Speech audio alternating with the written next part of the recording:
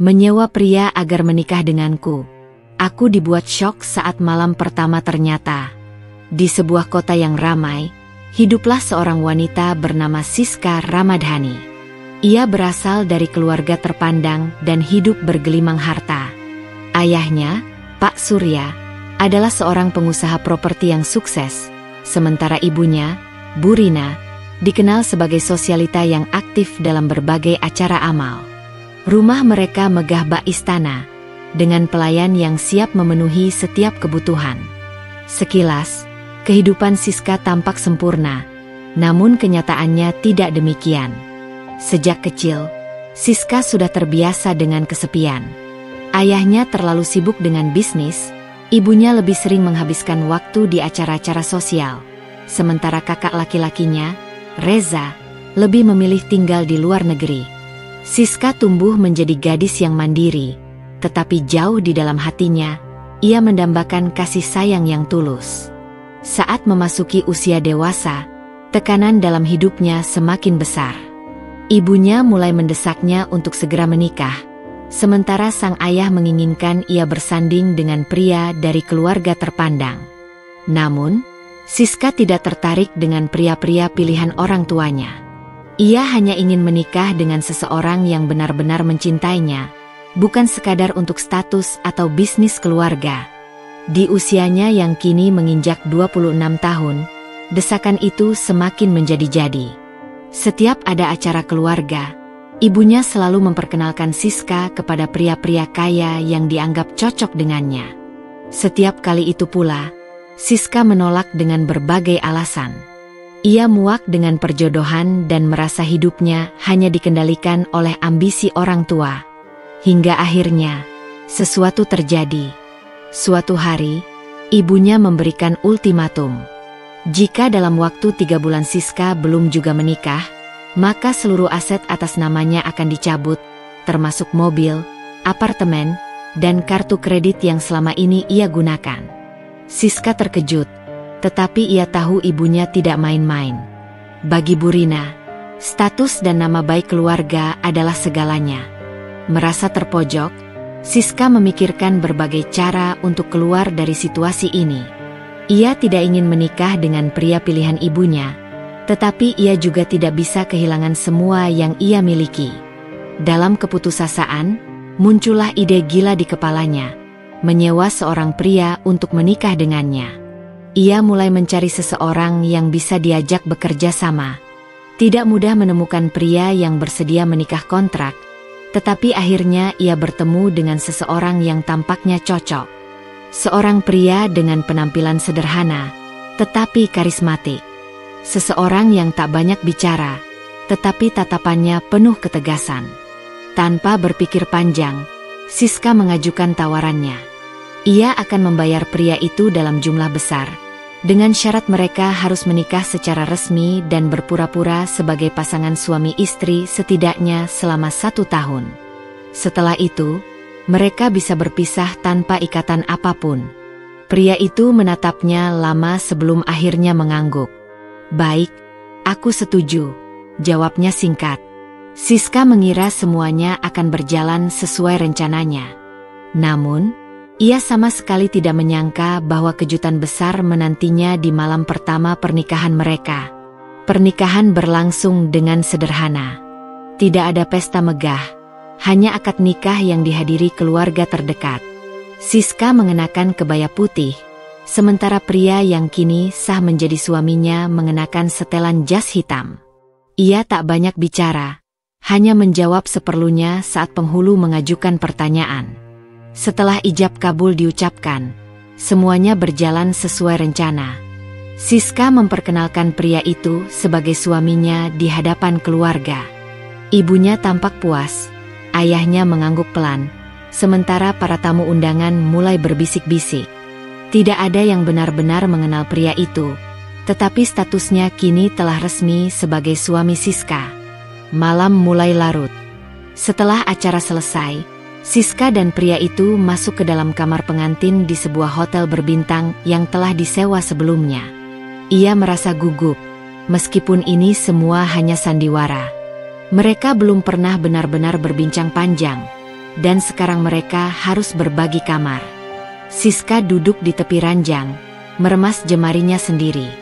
Pria itu membuka jasnya, meletakkannya di kursi, lalu menatap Siska dengan tatapan yang sulit diartikan.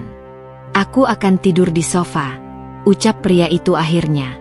Siska mengangguk cepat.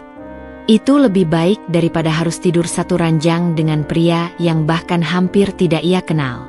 Ia pun beranjak ke kamar mandi, mengganti pakaian dengan piyama, lalu berbaring di tempat tidur.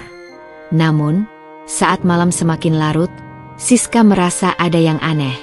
Pria itu tetap duduk di sofa, tidak tidur sama sekali. Ia hanya diam, menatap keluar jendela dengan pandangan kosong. "Apa kau tidak mengantuk?" tanya Siska pelan. Pria itu menoleh, tetapi tidak langsung menjawab. Beberapa detik kemudian, ia menghela napas.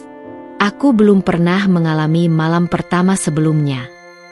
Siska terdiam. Kata-kata itu begitu mengejutkan. Ia menatap pria itu, mencari tanda-tanda kebohongan, tetapi yang ia lihat hanyalah ketulusan. "Kau belum pernah menikah sebelumnya?" tanya Siska, mencoba memastikan. Pria itu menggeleng. "Aku belum pernah menyentuh wanita manapun." Jantung Siska berdetak lebih cepat. Ia tidak menyangka pria yang ia sewa untuk menikah ternyata belum pernah menjalin hubungan dengan siapapun sebelumnya. Rencana awalnya mulai terasa aneh. Ada sesuatu dalam hati Siska yang kini berubah. Sesuatu yang membuatnya semakin ingin mengenal siapa sebenarnya pria yang kini telah menjadi suaminya. Siska tidak bisa tidur. Kata-kata pria itu terus terngiang di kepalanya. Ia tidak pernah menyangka bahwa orang yang ia sewa untuk menikah ternyata belum pernah menjalin hubungan dengan wanita manapun. Laki-laki yang selama ini ia kira hanya seorang pria biasa yang butuh uang, ternyata menyimpan sesuatu yang lebih dari yang ia duga. Di sisi lain, pria itu tetap duduk di sofa, masih dengan tatapan kosong menatap jendela kamar. Matanya memandang keluar, ke arah kota yang masih bersinar meskipun malam telah larut.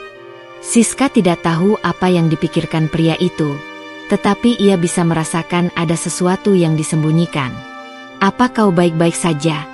tanya Siska akhirnya, suaranya pelan hampir berbisik. Pria itu menoleh. "Aku baik-baik saja." "Tapi kau belum tidur sejak tadi." Pria itu terdiam sejenak, lalu menghela napas. "Aku hanya belum terbiasa." Siska menatapnya lekat-lekat. Ia menyadari sesuatu. Cara pria itu berbicara, cara ia menghindari tatapan, cara bahunya menegang saat berbicara tentang hal-hal yang bersifat pribadi. Semua itu membuatnya semakin penasaran. "Apa kau mau cerita?" tanya Siska lagi.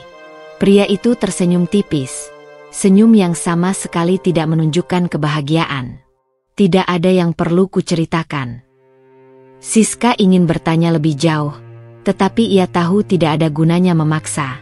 Ia pun berbalik, menarik selimut, mencoba untuk tidur meskipun pikirannya masih dipenuhi dengan pertanyaan tentang pria yang kini sah menjadi suaminya. Esok paginya, mereka kembali ke rumah keluarga Siska. Ibunya menyambut mereka dengan senyum penuh kemenangan, seolah pernikahan ini adalah puncak keberhasilannya dalam mengatur hidup Siska. Ayahnya, seperti biasa, hanya mengangguk tanpa banyak bicara. "Kalian sudah mendapatkan tiket bulan madu?" tanya Bu Rina dengan penuh antusias. Siska terkejut. Ia lupa bahwa ibunya pasti akan menanyakan hal ini. Pernikahan mereka memang resmi, tetapi semua ini hanyalah kesepakatan bisnis. Tidak ada rencana untuk pergi bulan madu. Pria itu, yang selama ini hanya diam, tiba-tiba berbicara. "Kami belum merencanakannya." Bu Rina mengernyit. "Apa maksudmu belum merencanakannya? Kalian harus pergi bulan madu. Itu tradisi." Siska mencoba berpikir cepat. Ia tahu bahwa ibunya tidak akan membiarkan mereka lolos dari hal ini. Jika ia menolak, ibunya pasti akan curiga. "Kami akan memikirkan tempat yang cocok," kata Siska akhirnya.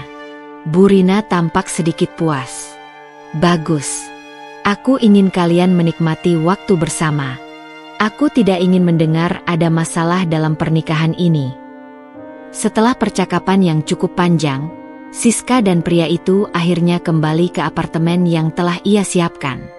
Apartemen itu cukup besar, dengan 2 kamar tidur, sesuai kesepakatan awal mereka. Siska langsung masuk ke kamarnya, sementara pria itu masih berdiri di ruang tamu, tampak berpikir. "Apa kau benar-benar ingin pergi bulan madu?" tanya pria itu tiba-tiba. Siska menoleh. "Tentu saja tidak. Tapi kita tidak punya pilihan. Jika kita tidak melakukannya, ibuku akan curiga." Pria itu mengangguk pelan. "Baiklah, aku akan mengikuti rencanamu." Hari-hari berikutnya berjalan seperti biasa. Mereka menjalani kehidupan rumah tangga palsu yang sudah disepakati. Namun, semakin lama Siska hidup bersama pria itu, semakin banyak hal yang ia sadari. Pria itu jarang berbicara, tetapi ia selalu bersikap sopan. Ia tidak pernah meminta lebih dari yang sudah disepakati. Bahkan, ia selalu menjaga jarak, seolah ingin memastikan bahwa pernikahan ini benar-benar hanya sebatas kontrak. Namun, ada sesuatu dalam dirinya yang membuat Siska semakin penasaran. Malam-malam berikutnya, Siska mulai memperhatikan kebiasaan pria itu. Setiap malam, ia selalu duduk di balkon, menatap langit. Terkadang, ia terlihat sedang berbicara sendiri, seolah sedang mengingat sesuatu yang menyakitkan. Suatu malam, Siska memberanikan diri untuk mendekatinya. "Kau selalu begini setiap malam," katanya pelan.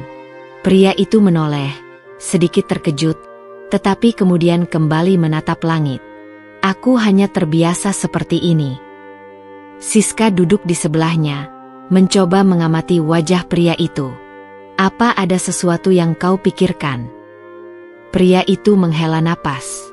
"Aku hanya berpikir, apakah aku sudah mengambil keputusan yang benar?" Siska terdiam. Pertanyaan itu seolah menggantung di udara. Ia ingin bertanya lebih jauh, tetapi sesuatu dalam diri pria itu seolah menahannya untuk masuk lebih dalam. Siska tidak tahu sejak kapan, tetapi kini ia tidak hanya melihat pria itu sebagai seseorang yang ia sewa. Ada sesuatu yang berbeda. Ada sesuatu yang mulai mengusik hatinya. Ia tidak menyadari bahwa perasaannya perlahan mulai berubah. Hari-hari berlalu dengan cepat. Siska mulai terbiasa dengan kehadiran pria itu di rumahnya, meskipun mereka jarang berbicara. Setiap pagi, pria itu selalu bangun lebih dulu, menyiapkan sarapan sederhana, lalu pergi bekerja. Siska tidak pernah bertanya pekerjaan apa yang dilakukan pria itu, dan pria itu juga tidak pernah menjelaskan. Mereka hidup seperti 2 orang asing yang kebetulan tinggal di tempat yang sama. Namun, semakin lama, Siska mulai memperhatikan hal-hal kecil tentang pria itu. Ia tidak pernah membawa siapapun ke apartemen, tidak pernah menerima telepon pribadi, dan selalu pulang tepat waktu. Ia juga bukan tipe pria yang suka mengobrol, tetapi ketika berbicara, suaranya selalu tenang dan terukur. Ada sesuatu yang membuat Siska nyaman di dekatnya, meskipun ia tidak tahu apa itu. Suatu malam, saat hujan turun dengan deras, Siska duduk di ruang tamu sambil membaca buku. Pria itu baru saja pulang, tubuhnya sedikit basah karena hujan. Ia melepaskan jaketnya, menggantungnya di dekat pintu, lalu berjalan menuju dapur untuk mengambil air minum. "Kau kehujanan," kata Siska tanpa sadar. Pria itu menoleh sebentar, lalu mengangguk. Tidak sempat berteduh. Siska bangkit dari sofa, mengambil handuk dari lemari, lalu menyerahkannya kepada pria itu. "Pakai ini. Jangan sampai sakit." Pria itu menerima handuk itu tanpa berkata apa-apa. Ia mengeringkan rambutnya sebentar, lalu duduk di sofa berseberangan dengan Siska. Suasana di antara mereka terasa hening. Hanya suara hujan di luar yang terdengar. "Apa kau selalu begini?" tanya Siska tiba-tiba. Pria itu menatapnya. "Maksudmu?" "Dingin, pendiam, seolah tidak ingin orang lain tahu apapun tentangmu. Pria itu terdiam sejenak sebelum menjawab, "Mungkin aku hanya tidak terbiasa berbagi cerita." Siska menghela napas. "Aku penasaran, kenapa kau mau menikah denganku? Maksudku, aku tahu ini hanya kesepakatan, tapi tetap saja, kau bisa saja menolak." Pria itu menatapnya lama sebelum menjawab, "Aku butuh uang." Jawaban itu terdengar sederhana, tetapi Siska merasa ada sesuatu yang lebih dalam dari itu. Namun, ia tidak ingin memaksa. Ia tahu bagaimana rasanya menyimpan sesuatu sendirian. Malam itu, untuk pertama kalinya sejak mereka menikah, mereka berbicara lebih lama. Tidak banyak, hanya percakapan singkat tentang hal-hal sepele. Namun, bagi Siska, itu cukup. Setidaknya, ia tahu bahwa pria itu bukan sekadar bayangan yang tinggal di rumahnya. Hari-hari berikutnya, hubungan mereka sedikit berubah. Pria itu tidak lagi terlalu menjaga jarak, meskipun ia tetap pendiam. Mereka mulai makan malam bersama, meskipun dalam diam. Siska mulai merasa bahwa keberadaan pria itu bukan lagi sekadar kesepakatan, tetapi sesuatu yang mulai ia anggap sebagai bagian dari hidupnya. Namun, di balik semua itu, ada sesuatu yang masih mengganggu pikirannya. Siska belum tahu siapa sebenarnya pria itu. Ia tahu namanya, tahu bagaimana sikapnya, tetapi ia tidak tahu masa lalunya.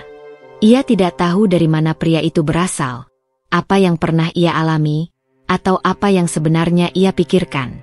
Suatu malam, ketika pria itu sedang tidur, Siska mendekati meja kecil di sudut ruangan tempat pria itu biasa menyimpan barang-barangnya. Ada sebuah buku catatan di sana. Siska ragu sejenak, tetapi rasa penasarannya mengalahkan segalanya. Dengan hati-hati, ia membuka halaman pertama. Namun, saat ia baru saja mulai membaca, sebuah suara terdengar dari belakang. "Apa yang kau lakukan?" Siska terkejut. Ia menoleh dan mendapati pria itu sudah berdiri di belakangnya, menatapnya dengan mata tajam. Aku hanya penasaran," jawab Siska gugup. Pria itu mengambil buku itu dari tangan Siska, lalu menutupnya. "Jangan pernah menyentuh barang-barangku tanpa izin." Siska menelan ludah. Ada sesuatu dalam suara pria itu yang terdengar berbeda. Bukan sekadar marah, tetapi juga terluka.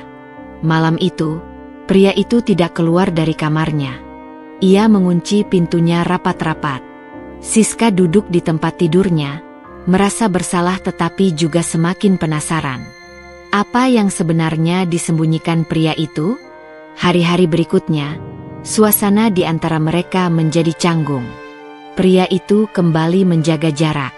Ia tetap menjalankan perannya sebagai suami Siska di depan keluarga. Tetapi saat mereka berdua, ia nyaris tidak berbicara. Siska merasa bersalah, tetapi di sisi lain, ia semakin ingin tahu. Siapa sebenarnya pria itu? Apa yang membuatnya begitu tertutup? Hingga suatu hari, Siska memutuskan untuk mencari tahu sendiri. Ia mulai mencari informasi, bertanya pada beberapa kenalan, bahkan menyelidiki tempat-tempat yang mungkin berhubungan dengan pria itu. Hingga akhirnya, ia menemukan sesuatu yang mengejutkan. Pria itu bukanlah orang biasa. Ia menyimpan sesuatu yang tidak pernah Siska bayangkan sebelumnya. Dan saat kebenaran itu terungkap, Siska menyadari bahwa pernikahan yang ia anggap sebagai permainan ternyata jauh lebih rumit dari yang ia bayangkan. Siska tidak bisa berhenti memikirkan apa yang baru saja ia temukan. Ia tidak pernah menyangka pria yang ia sewa untuk menikahinya memiliki masa lalu yang begitu rumit. Ada begitu banyak pertanyaan di kepalanya, tetapi tidak ada jawaban yang bisa ia dapatkan langsung dari pria itu. Sejak kejadian ia membuka buku catatan itu, pria itu semakin menjaga jarak, seolah ingin menghilangkan kehadirannya dalam kehidupan Siska. Malam-malam berikutnya, suasana di apartemen mereka semakin dingin. Pria itu tidak lagi duduk di balkon seperti biasanya, tidak lagi berbicara meskipun hanya sekadar basa-basi. Ia lebih sering menghabiskan waktu di luar rumah, pulang larut malam, lalu langsung masuk ke kamarnya. Siska merasakan perbedaan itu, tetapi ia tidak tahu bagaimana harus memperbaikinya. Suatu malam, ketika pria itu belum pulang, Siska duduk sendirian di ruang tamu. Hujan turun dengan deras, suara gemuruh petir terdengar di kejauhan. Ia menggenggam ponselnya, ingin mengirim pesan, tetapi ragu. Ia bukan siapa-siapa bagi pria itu, hanya seorang wanita yang menyewanya untuk menikah. Ia tidak punya hak untuk bertanya atau mencampuri urusannya. Namun, tepat saat ia meletakkan ponselnya, pintu apartemen terbuka. Pria itu masuk dengan langkah pelan. Pakaiannya sedikit basah karena hujan. Ia tidak menatap Siska, hanya berjalan langsung ke dapur, mengambil segelas air, lalu duduk di meja makan. Siska ragu sejenak sebelum akhirnya memberanikan diri mendekat. "Kau baik-baik saja?" tanyanya pelan. Pria itu tidak langsung menjawab. Ia menatap gelas di tangannya, lalu menghela napas panjang. "Aku lelah." Siska duduk di seberangnya, menatapnya dengan cermat. "Kau selalu pulang larut malam akhir-akhir ini." Pria itu mengangkat kepalanya, menatap Siska dalam-dalam. "Aku hanya butuh waktu sendiri." Siska menggigit bibirnya. Ada sesuatu dalam tatapan pria itu yang membuatnya merasa semakin jauh. Dulu, meskipun pria itu pendiam, setidaknya ia masih mau berbicara. Tapi sekarang, seolah ada tembok yang semakin tebal di antara mereka. "Apa aku melakukan sesuatu yang membuatmu marah?" tanya Siska akhirnya. Pria itu terdiam. Beberapa saat kemudian, ia menggeleng. "Bukan salahmu. Tapi sejak malam itu, kau berubah." Pria itu tidak menjawab. Ia hanya bangkit dari tempat duduknya, berjalan ke kamar, lalu menutup pintu tanpa mengatakan apa-apa lagi. Siska hanya bisa menatap punggungnya yang semakin menjauh, merasa ada sesuatu yang ia lewatkan. Sesuatu yang harus ia pahami tetapi belum bisa ia mengerti. Keesokan harinya, pria itu kembali seperti biasa. Ia bangun pagi, menyiapkan sarapan, lalu pergi tanpa banyak bicara.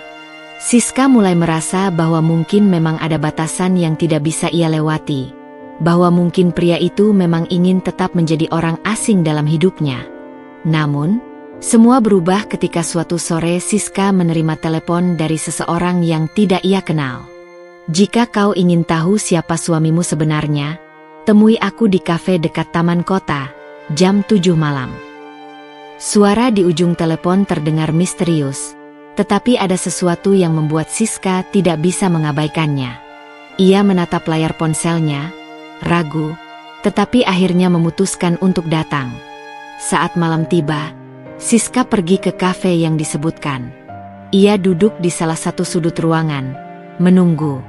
Tidak lama kemudian, seorang pria berusia sekitar 40-an tahun masuk, berjalan menuju meja Siska, lalu duduk di depannya. "Kau pasti Siska?" Siska mengangguk. "Siapa Anda?" Pria itu mengeluarkan sebuah foto dari saku jaketnya, meletakkannya di atas meja. "Aku ingin bertanya, apa kau benar-benar mengenal suamimu?" Siska menatap foto itu.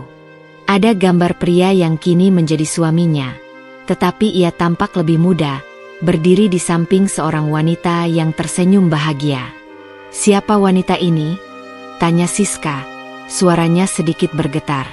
Pria itu menatapnya tajam. "Istrinya." Jantung Siska seakan berhenti berdetak. Ia menatap pria di depannya, tidak percaya dengan apa yang baru saja ia dengar. "Itu tidak mungkin," kata Siska, mencoba menyangkal. Pria itu tersenyum sinis. "Apa kau pikir kau adalah wanita pertama yang menikah dengannya?" Siska tidak tahu harus berkata apa. Segala sesuatu yang selama ini ia pikir ia ketahui tentang pria itu tiba-tiba runtuh. "Apa yang sebenarnya terjadi?" tanyanya akhirnya.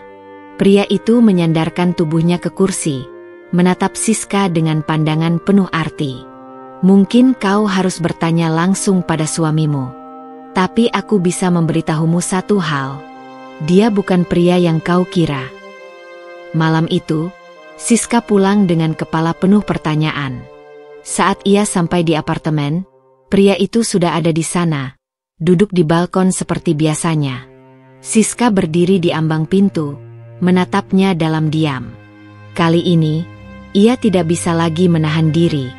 Ia harus tahu kebenarannya. Kau sudah pernah menikah sebelumnya. Pria itu terkejut.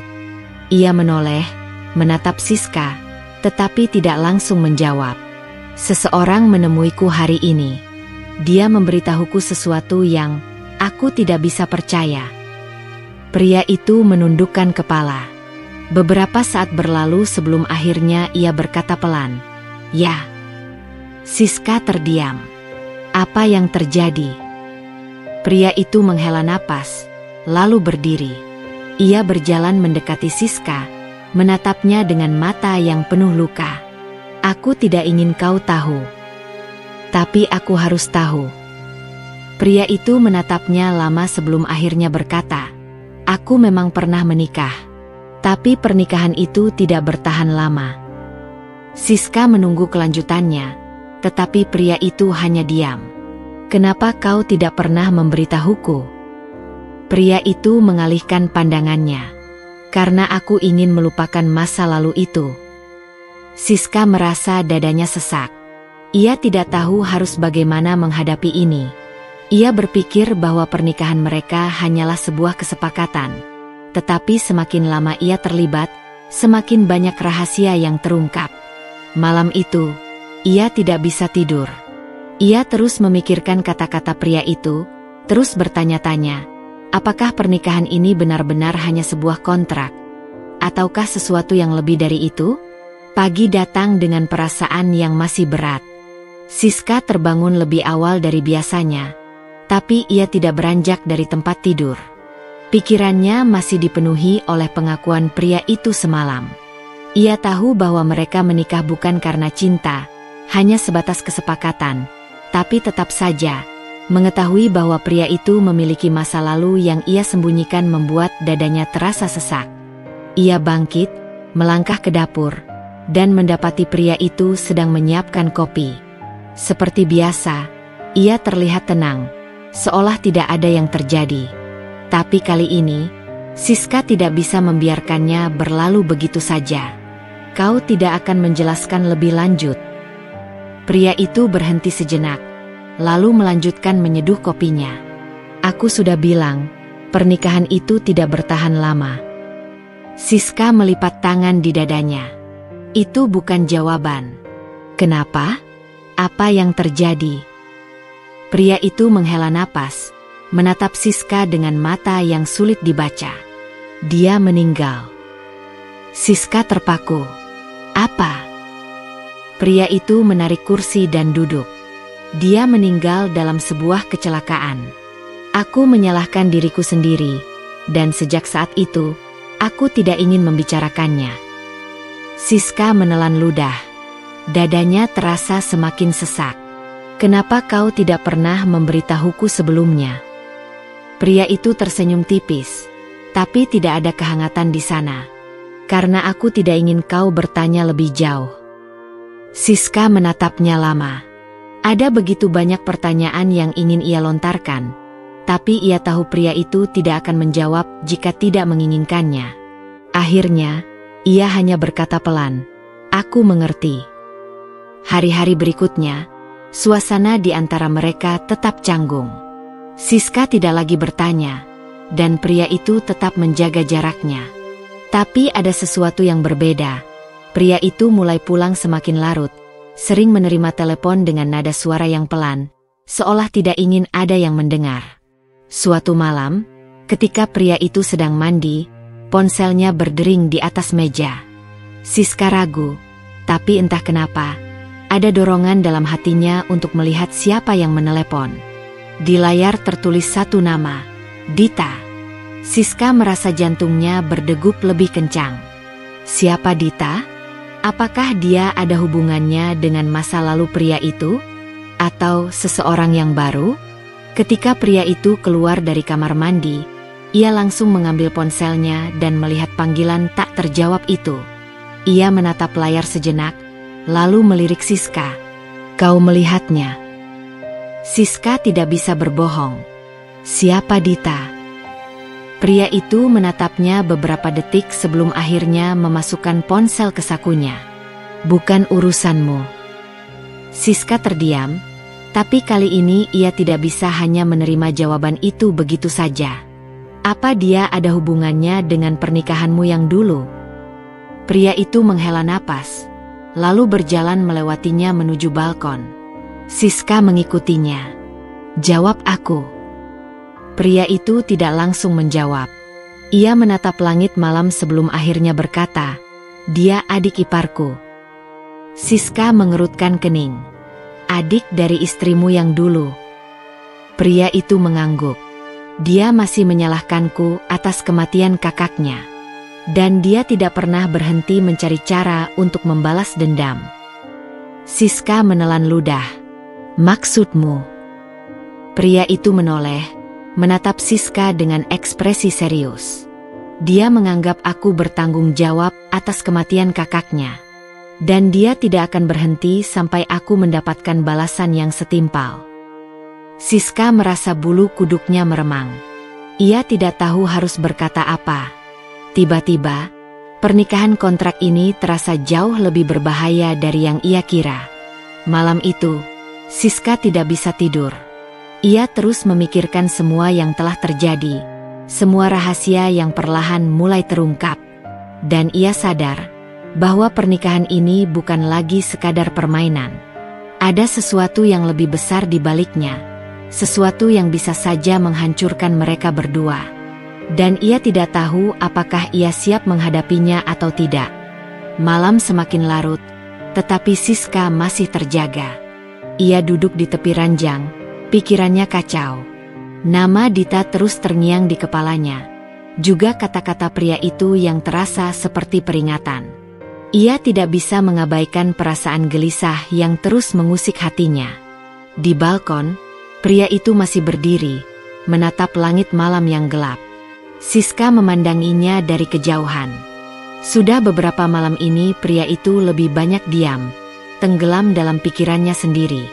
Ada sesuatu yang ia sembunyikan, dan Siska semakin yakin bahwa ini bukan hanya tentang masa lalunya, tetapi juga tentang sesuatu yang akan terjadi. Ketika akhirnya pria itu masuk ke dalam, Siska memberanikan diri mendekat. Dita menelepon lagi. Pria itu tidak langsung menjawab. Ia duduk di sofa, melemaskan kepalanya ke sandaran. Dia ingin bertemu. Siska mengernyit. Untuk apa? Pria itu menatapnya sekilas. Aku tidak tahu. Siska menggigit bibirnya. Apa kau akan pergi menemuinya? Pria itu menghela napas. Aku tidak bisa menghindar terus-menerus. Pagi harinya, pria itu pergi tanpa banyak bicara. Siska mencoba mengabaikan kegelisahannya, tetapi sepanjang hari ia tidak bisa fokus. Ada sesuatu yang tidak beres. Ketika malam tiba, pria itu belum juga pulang. Siska mencoba menghubunginya, tetapi tidak ada jawaban. Ia menunggu di ruang tamu, menatap ponselnya dengan cemas. Detik berlalu, menit berganti jam, tetapi pria itu tidak muncul. Saat hampir tengah malam, ponselnya akhirnya berbunyi. Siska segera mengangkatnya. Di mana kau? Suara pria itu terdengar lelah. Aku di luar. Jangan tunggu aku. Siska menggenggam ponselnya erat. Apa yang terjadi? Hening sejenak sebelum pria itu berkata, aku akan pulang besok pagi. Panggilan berakhir. Siska menatap layar ponselnya dengan perasaan tidak nyaman. Ada sesuatu yang ia rasakan, sesuatu yang tidak ia mengerti. Keesokan paginya, pria itu pulang dalam keadaan babak belur. Wajahnya lebam, sudut bibirnya pecah, ada darah yang masih mengering di pelipisnya. Siska tersentak. Apa yang terjadi padamu? Pria itu melepas jaketnya dengan pelan, seolah setiap gerakan menyakitkan. Aku baik-baik saja, Siska tidak percaya. Ia menarik pria itu ke sofa, mengambil kotak P3K, lalu mulai membersihkan luka-lukanya. Ini yang dilakukan Dita padamu. Pria itu diam. Matanya menatap lurus ke depan, tidak menunjukkan ekspresi apapun. Dia mengirim orang untuk menyerangku. Siska menghentikan tangannya. Kenapa? Pria itu menghela napas. Dia bilang aku belum cukup menderita. Siska merasakan amarah menggelegak dalam dadanya. Ini tidak bisa dibiarkan. Kita harus melakukan sesuatu. Pria itu menatapnya. Apa yang bisa kita lakukan? Ini bukan sesuatu yang bisa diselesaikan dengan kata-kata.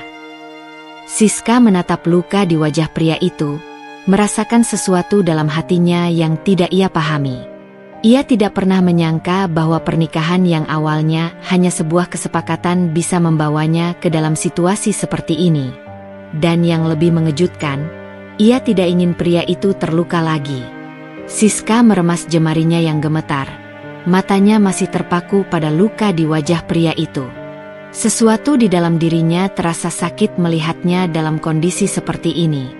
Ia merendam kapas dalam cairan antiseptik, lalu perlahan membersihkan luka di sudut bibir pria itu. Pria itu tidak bersuara, hanya menatap lurus ke depan dengan ekspresi kosong. Namun, ketika cairan antiseptik menyentuh kulitnya, ia sedikit meringis. Siska menghentikan tangannya sejenak, menatap wajahnya yang masih menegang. Kalau sakit, bilang. Pria itu menghela napas pelan. Aku baik-baik saja. Siska tidak percaya. Tidak ada orang yang baik-baik saja setelah dipukuli seperti ini. Ia kembali melanjutkan membersihkan luka-luka itu, tetapi pikirannya terus dipenuhi dengan pertanyaan. Apa yang sebenarnya dibicarakan pria itu dengan Dita? Apa yang membuat wanita itu begitu dendam hingga tega melakukan ini? Saat selesai, Siska menatap pria itu dengan serius. Aku ingin tahu apa yang sebenarnya terjadi antara kau dan Dita. Pria itu tidak langsung menjawab. Ia menatap perban di tangannya, lalu menarik napas dalam. Ini bukan sesuatu yang mudah dijelaskan. Siska menggenggam jemarinya erat. Aku ingin tahu. Pria itu terdiam cukup lama sebelum akhirnya membuka suara. Setelah istriku meninggal, Dita tidak pernah menerima kenyataan itu. Dia selalu menyalahkanku. Menurutnya, aku yang menyebabkan kakaknya mati. Siska mengerutkan kening. Tapi kau bilang itu kecelakaan. Pria itu menundukkan kepala. Memang kecelakaan. Tapi malam itu, aku yang menyetir. Siska menahan napas. Pria itu melanjutkan dengan suara pelan, seolah kata-katanya membawa beban yang begitu berat. Aku dan istriku bertengkar sebelum kecelakaan itu terjadi. Aku menyetir dengan emosi, tidak fokus. Saat aku sadar, semuanya sudah terlambat. Mobil kami keluar jalur dan terjun ke jurang. Aku selamat, tapi dia tidak. Siska merasakan sesuatu menghantam dadanya. Ia tidak bisa membayangkan bagaimana perasaan pria itu saat itu. Sejak saat itu, Dita membenciku, lanjut pria itu. Dia bilang aku membiarkan kakaknya mati. Dia tidak peduli kalau itu kecelakaan. Baginya, aku tetap penyebabnya. Siska menggigit bibirnya, perasaan campur aduk memenuhi pikirannya. Ia ingin mengatakan sesuatu, tetapi tidak tahu apa yang seharusnya ia katakan. Pria itu menoleh padanya, menatap dalam-dalam. Aku menikah denganmu karena kau membutuhkanku. Tapi kau juga harus tahu, aku bukan pria baik. Aku punya banyak dosa. Siska menatapnya lama. Dadanya terasa sesak, tetapi ia tidak bisa membiarkan pria itu terus terpuruk dalam rasa bersalah. Aku tidak peduli dengan masa lalumu, kata Siska akhirnya. Aku hanya ingin tahu apakah kau benar-benar ingin keluar dari bayang-bayang itu atau tidak. Pria itu terdiam. Malam semakin larut, tetapi tidak ada dari mereka yang berniat untuk tidur. Hening di antara mereka terasa lebih berat dari sebelumnya. Siska tahu, setelah ini, tidak ada yang akan sama lagi. Keesokan harinya, ketika Siska terbangun, pria itu sudah tidak ada di apartemen.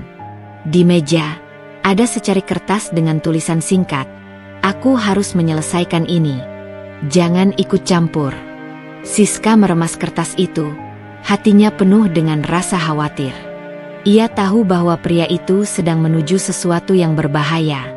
Dan ia tidak bisa hanya duduk diam tanpa melakukan apa-apa.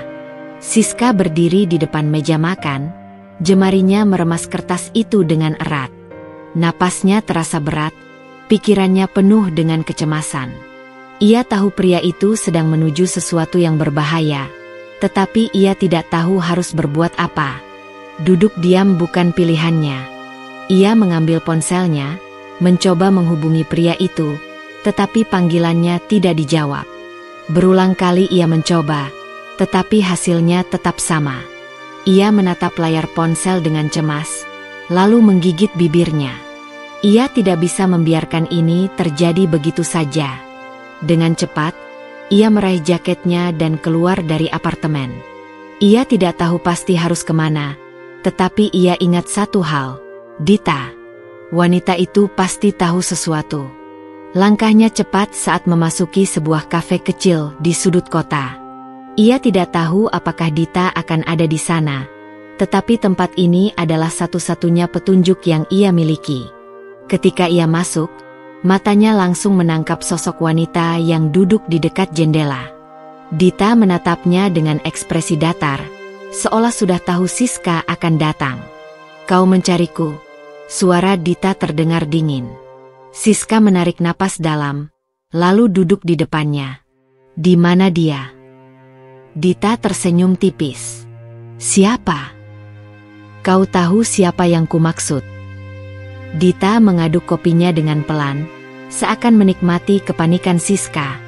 "Kau benar-benar peduli padanya." "Ya." Siska menatap wanita itu dengan tajam. "Aku hanya ingin tahu di mana dia." Dita menyandarkan tubuhnya ke kursi. "Kau tidak perlu khawatir. Aku hanya ingin memberinya pelajaran." Siska mengepalkan tangannya di bawah meja. "Pelajaran apa? Dia sudah cukup menderita." Dita tertawa kecil. "Cukup?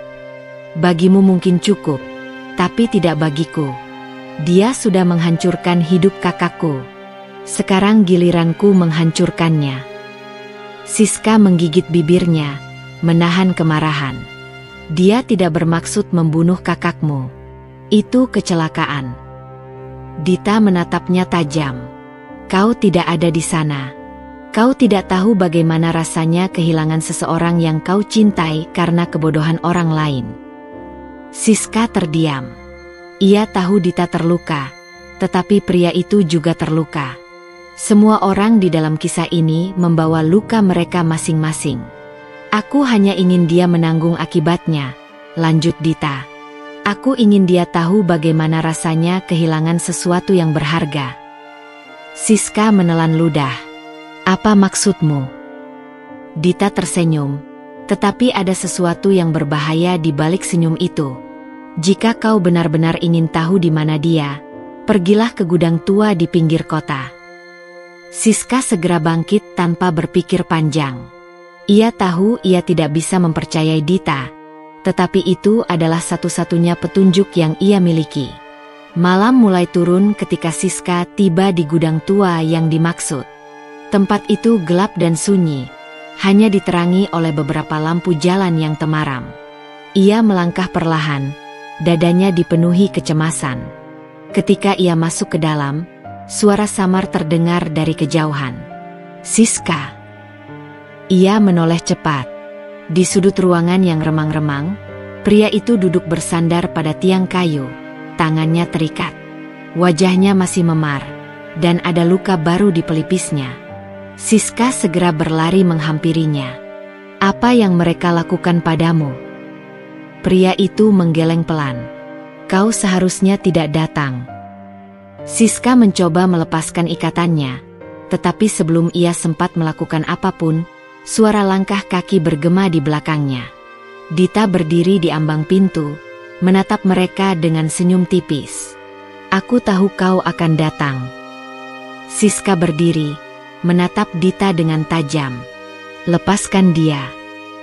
Dita melipat tangan di dadanya. "Kau tidak mengerti, ya? Aku tidak ingin membunuhnya. Aku hanya ingin dia tahu bagaimana rasanya takut kehilangan." Siska menggigit bibirnya. "Jika kau ingin balas dendam, kenapa tidak langsung padanya? Kenapa harus membuat semuanya semakin rumit?" Dita menatap pria itu dengan tajam. Karena dia harus belajar. Pria itu menatap Dita tanpa ekspresi. "Aku sudah cukup belajar." Dita mendekat, menatap pria itu dari atas. "Belum. Kau belum kehilangan seseorang yang benar-benar kau cintai, kan?" Siska merasa bulu kuduknya meremang. Ia baru menyadari sesuatu. Dita tidak hanya ingin menghancurkan pria itu. Ia juga ingin menghancurkan perasaan yang baru mulai tumbuh di antara mereka. Siska menatap pria itu, lalu menatap Dita. Ia tahu satu hal, ia tidak akan membiarkan Dita menang. Tanpa berpikir panjang, ia berdiri tegak, menatap Dita dengan penuh keberanian. "Jika kau ingin menyakitinya, kau harus melewatiku dulu." Dita tersenyum kecil. "Itu yang kuharapkan." Malam semakin gelap, dan Siska tahu ini belum berakhir. Siska menatap Dita tanpa gentar, meskipun di dalam hatinya ada ketakutan yang tidak bisa ia sembunyikan. Ia tahu bahwa wanita di hadapannya bukan seseorang yang mudah dipermainkan. Dita menghela napas, lalu berbalik. Dengan isyarat tangannya, dua pria bertubuh besar yang berdiri di dekat pintu mendekat.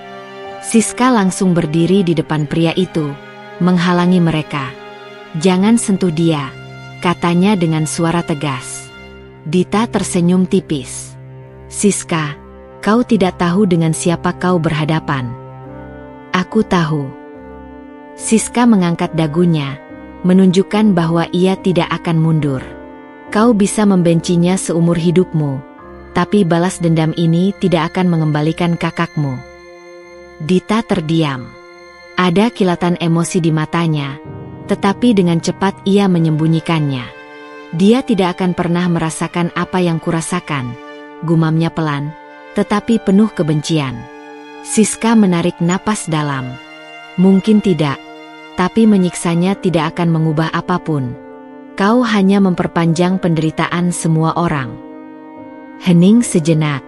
Dita menatap Siska dengan tajam, lalu berbalik. "Lepaskan dia," katanya pada anak buahnya. Dua pria itu tampak ragu, tetapi akhirnya mereka menurut. Ikatan pria itu dilepaskan, dan ia segera berdiri meskipun masih sedikit limbung. Siska meraih lengannya, membantunya berdiri dengan lebih stabil. Dita melangkah pergi tanpa berkata apa-apa lagi. Saat ia sampai di pintu, ia berhenti sejenak. "Jangan berpikir ini sudah selesai," katanya tanpa menoleh, lalu pergi. Siska dan pria itu saling berpandangan. Ia masih bisa merasakan ketegangan di udara, tetapi untuk saat ini, mereka selamat. "Kau baik-baik saja?" tanya Siska. Pria itu mengangguk pelan. "Aku tidak menyangka kau akan datang." Siska menatapnya tajam. "Bagaimana mungkin aku tidak datang setelah membaca pesanmu?" Pria itu terdiam, lalu tersenyum tipis. "Terima kasih." Siska menatapnya lama. Ia tahu ini belum benar-benar selesai. Luka di antara mereka mungkin tidak akan mudah sembuh, tetapi setidaknya mereka masih punya kesempatan untuk memperbaiki semuanya. Untuk pertama kalinya, ia merasa bahwa pernikahan yang awalnya hanya sebuah kesepakatan ini mungkin memiliki makna yang lebih dalam daripada yang ia kira. Siska merasakan tangan pria itu masih gemetar saat ia membantunya berjalan keluar dari gudang tua. Langkah mereka pelan, menyusuri lorong gelap yang dingin, hanya diterangi lampu jalan yang remang-remang. Ketika mereka tiba di luar, angin malam terasa menusuk kulit. Siska merapatkan jaketnya, sementara pria itu masih terdiam. Wajahnya terlihat lelah, tetapi tatapannya tajam menatap ke depan. "Ayo pulang," kata Siska pelan. Pria itu tidak menjawab, hanya mengangguk dan berjalan menuju mobil. Siska mengemudi dalam keheningan. Sesekali, ia melirik ke arahnya, memastikan bahwa ia baik-baik saja. Namun, pria itu hanya menatap lurus keluar jendela, tenggelam dalam pikirannya sendiri. Sesampainya di apartemen, Siska membantunya duduk di sofa. Ia mengambil kotak P3K dan kembali membersihkan luka-lukanya. Pria itu tetap diam, membiarkan Siska merawatnya tanpa protes. "Aku bisa melakukannya sendiri," gumamnya akhirnya. Siska menggeleng. "Diam saja." Pria itu tersenyum tipis, tetapi ada kelelahan di matanya. Ia membiarkan Siska mengobatinya tanpa berkata apa-apa lagi. Setelah selesai, Siska duduk di sampingnya, menatap wajahnya yang penuh luka. "Kau tidak perlu melakukan ini lagi," katanya pelan. Pria itu menoleh padanya. "Melakukan apa?" "Menghadapi semuanya sendirian." Ia terdiam. Siska bisa melihat ada sesuatu di matanya, sesuatu yang tidak bisa ia ungkapkan dengan kata-kata. "Aku tahu kau merasa bersalah," lanjut Siska. "Tapi menyakiti diri sendiri dengan membiarkan Dita menghancurkanmu tidak akan mengubah apapun." Pria itu menarik napas dalam. "Aku hanya ingin dia berhenti membenciku." Siska menatapnya lama. "Kau tidak bisa memaksa seseorang untuk berhenti membenci. Tapi kau bisa memilih untuk berhenti menyalahkan dirimu sendiri." Hening. Pria itu mengalihkan pandangannya, lalu bangkit berdiri. "Aku lelah." Siska mengangguk, membiarkannya pergi ke kamar tanpa bertanya lebih jauh. Namun, saat ia mendengar pintu kamar tertutup, ia tahu sesuatu masih mengganjal di hatinya. Malam itu, Siska tidak bisa tidur. Ia terus memikirkan apa yang telah terjadi. Ia tahu bahwa ini belum selesai. Ada sesuatu yang masih tersembunyi, sesuatu yang belum sepenuhnya ia pahami. Pagi harinya, saat ia bangun, pria itu sudah tidak ada di apartemen. Ia meninggalkan secari kertas di meja dengan tulisan singkat, "Aku harus menyelesaikan ini. Jangan khawatir." Siska meremas kertas itu, merasa dadanya kembali dipenuhi kecemasan. Ia tahu bahwa pria itu sedang menuju sesuatu yang berbahaya. Dan kali ini, ia tidak akan tinggal diam.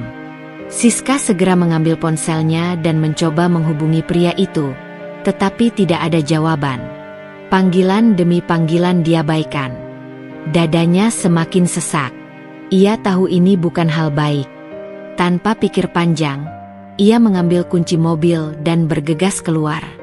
Ia tidak tahu pasti kemana harus mencari, tetapi firasatnya mengatakan bahwa semuanya belum selesai.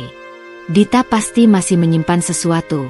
Dan pria itu, bodohnya, memilih menghadapi semuanya sendirian. Jalanan masih lengang saat Siska mengemudi dengan kecepatan tinggi. Pikirannya berputar, mengingat kembali semua yang terjadi. Apa yang sebenarnya ingin diselesaikan pria itu?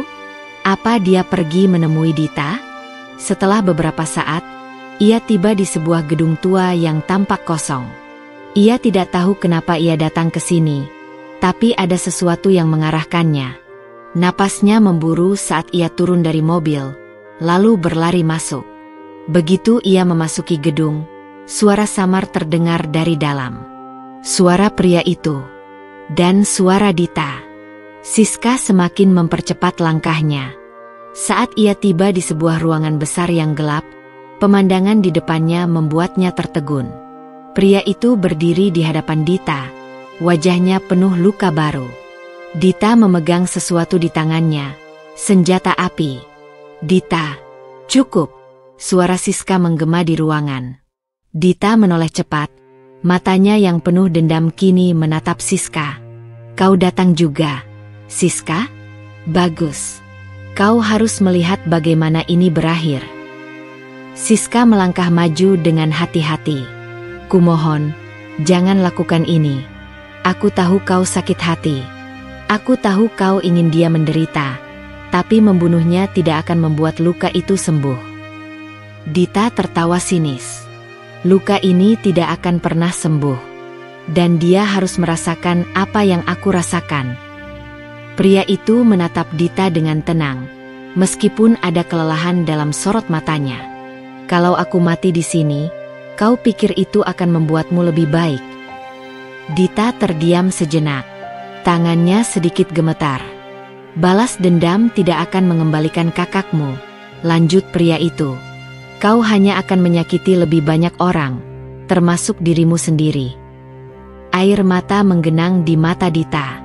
Ia menggigit bibirnya, terlihat ragu. Siska melihat kesempatan itu. Ia perlahan mendekat, mencoba menjangkau Dita. Dita, aku tahu kau bukan pembunuh. Aku tahu kau hanya ingin keadilan. Tapi ini bukan caranya. Dita menatapnya lama. Matanya penuh luka, penuh kebencian yang ia coba pertahankan. Tetapi perlahan, pertahanannya runtuh. Tangannya yang memegang senjata mulai menurun. Pria itu menghela napas lega. Tetapi saat itu juga, suara langkah kaki terdengar dari belakang. Salah satu anak buah Dita, yang sejak tadi berada di sudut ruangan, tiba-tiba bergerak cepat dan berusaha merebut senjata dari tangan Dita. Dalam kekacauan itu, suara letusan terdengar. Semuanya terasa berjalan lambat.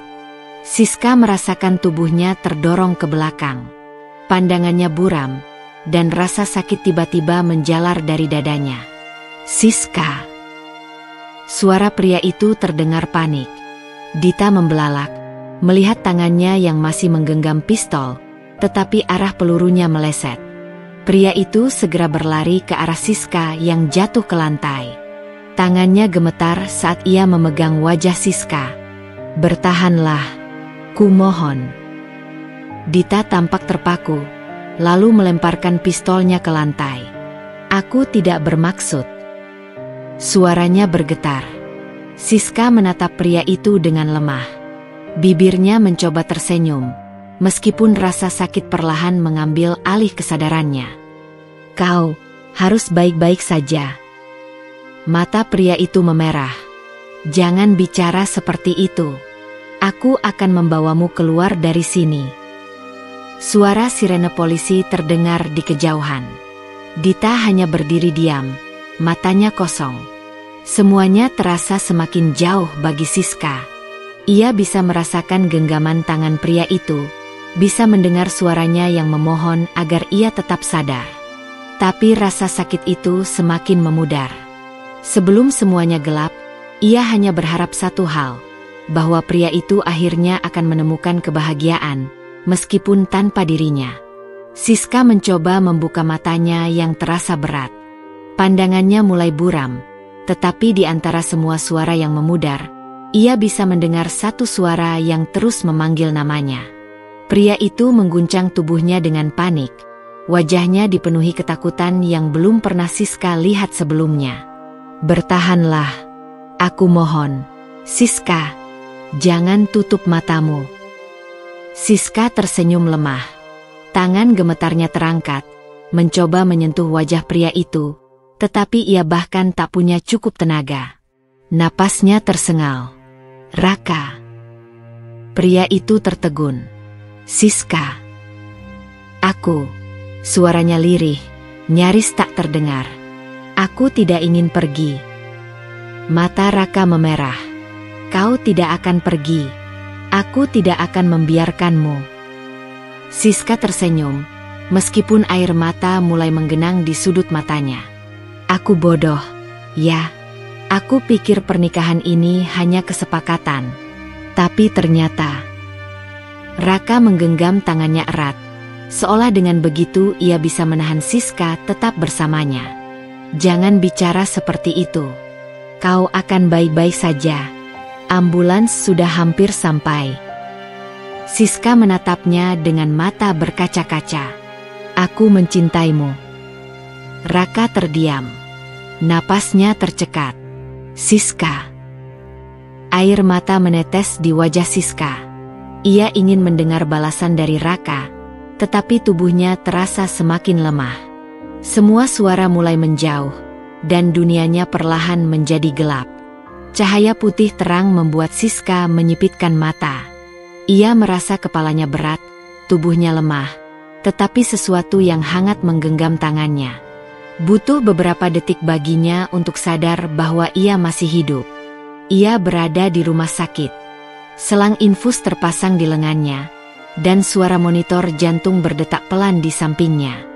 Seseorang tertidur di kursi di sebelah tempat tidurnya, masih menggenggam tangannya erat. Raka. Siska menatap wajahnya yang terlihat begitu lelah. Janggut tipis mulai tumbuh di wajahnya, dan kantung matanya membengkak. Sepertinya ia tidak tidur dengan benar selama berhari-hari. Jari Siska bergerak, mencoba memberikan sedikit tekanan pada genggamannya. Raka tersentak bangun. Matanya langsung menatap Siska, dan begitu ia melihatnya sadar, ia langsung mendekat. Siska. Suaranya parau, penuh emosi. Siska tersenyum lemah. Aku masih hidup. Raka mengangguk, lalu tanpa peringatan, ia menarik Siska ke dalam pelukannya. Jangan lakukan itu lagi. Jangan pernah membuatku hampir kehilanganmu. Siska bisa merasakan dadanya yang bergetar, bisa merasakan ketakutan di dalam suaranya. Ia balas menggenggam lengan Raka, menikmati kehangatan yang selama ini tidak ia sadari begitu berarti baginya. Maaf, bisiknya. Raka melepaskan pelukannya, lalu menatapnya dengan mata yang masih merah. Aku pikir aku akan kehilanganmu. Siska menatapnya dalam. Aku juga berpikir aku akan kehilanganmu. Itu yang paling kutakutkan. Raka terdiam. Ia menggenggam tangan Siska lebih erat, lalu menempelkan keningnya ke tangan itu. Aku mencintaimu, Siska. Siska terkejut, tetapi air mata haru mulai mengalir di pipinya. Kau tidak hanya mengatakannya karena aku hampir mati, kan? Candanya dengan suara pelan. Raka terkekeh, meskipun air matanya masih menggantung. Aku benar-benar mencintaimu, bodoh. Siska tertawa kecil, lalu menutup matanya sejenak, merasakan kehangatan yang begitu nyata di hatinya. Ia tidak pernah menyangka bahwa pernikahan yang awalnya hanya kesepakatan ini akan membawanya ke cinta yang sebenarnya. Kini, ia tidak peduli bagaimana semuanya bermula. Yang terpenting adalah bagaimana mereka akan menjalani sisa hidup mereka bersama. Dan Siska tahu, ia tidak ingin melewati hidupnya tanpa Raka di sisinya. Hari-hari berlalu setelah Siska keluar dari rumah sakit. Raka tidak pernah pergi dari sisinya, selalu memastikan bahwa ia baik-baik saja. Mereka menjalani semuanya perlahan, mencoba memahami satu sama lain dengan cara yang lebih dalam. Dita sudah ditangkap. Polisi menangani kasusnya, dan meskipun luka batinnya tidak akan mudah sembuh, ia akhirnya mengakui bahwa apa yang ia lakukan adalah kesalahan besar. Siska merasa iba, tetapi ia juga tahu bahwa dendam memang hanya akan membawa kehancuran. Suatu sore, Siska duduk di balkon apartemen mereka, menikmati udara segar. Raka datang dengan membawa 2 cangkir teh hangat dan duduk di sampingnya. Bagaimana perasaanmu? Tanyanya, menyodorkan 1 cangkir pada Siska. Siska menerima cangkir itu dengan senyuman. Lebih baik. Terima kasih karena selalu ada untukku. Raka menatapnya dengan serius. Seharusnya aku yang mengucapkan itu. Kau yang telah mengubah hidupku. Siska tertawa kecil. Aku yang menyewamu. Ingat. Raka tersenyum miring. Dan aku yang jatuh cinta padamu. Ingat. Siska tersipu. Ia menatap langit yang mulai berwarna jingga. Aku pikir kita tidak akan pernah sampai di titik ini. Aku pikir pernikahan kita hanya akan menjadi formalitas. Tapi sekarang, aku tidak bisa membayangkan hidup tanpa kau. Raka meletakkan cangkirnya, lalu meraih tangan Siska. Aku juga. Dan aku tidak ingin kita terus hidup dalam bayang-bayang masa lalu. Aku ingin kita benar-benar menjadi suami istri, bukan hanya karena kesepakatan. Siska terdiam. Hatinya terasa hangat. Ia menggenggam tangan Raka lebih erat. Itu juga yang aku inginkan. Raka tersenyum, lalu menarik Siska ke dalam pelukannya. Kalau begitu, mari kita mulai lembaran baru. Kali ini, tanpa perjanjian. Hanya kau dan aku. Siska menutup matanya, menikmati kehangatan yang selama ini ia cari. Ia tidak butuh lagi status pernikahan sebagai kontrak. Ia tidak butuh alasan lain selain cinta mereka. Mereka telah melalui begitu banyak hal. Kini, saatnya mereka menjalani hidup yang benar-benar mereka pilih sendiri. Bersama. Dan itulah akhir dari perjalanan mereka. Bukan sebagai dua orang asing dalam kesepakatan, tetapi sebagai sepasang suami istri yang saling mencintai. Dari kisah Siska dan Raka, kita belajar bahwa cinta sejati tidak selalu datang dengan cara yang kita harapkan. Kadang, ia muncul di tengah keterpaksaan, di balik luka, atau bahkan di antara kebohongan. Tapi satu hal yang pasti, cinta yang sesungguhnya tidak dibangun atas dasar kesepakatan, melainkan kepercayaan, ketulusan, dan kesediaan untuk saling menerima. Hidup mungkin tidak selalu berjalan sesuai rencana. Namun, bukan berarti kita tidak bisa menemukan kebahagiaan di dalamnya. Jangan takut membuka hati, jangan ragu memperjuangkan yang berharga, dan yang paling penting, jangan biarkan masa lalu menghalangi masa depan yang lebih indah. Terima kasih telah mengikuti kisah ini hingga akhir. Semoga cerita ini bisa memberikan inspirasi, pelajaran, atau setidaknya menemani harimu. Sampai jumpa di kisah-kisah berikutnya. Salam hangat.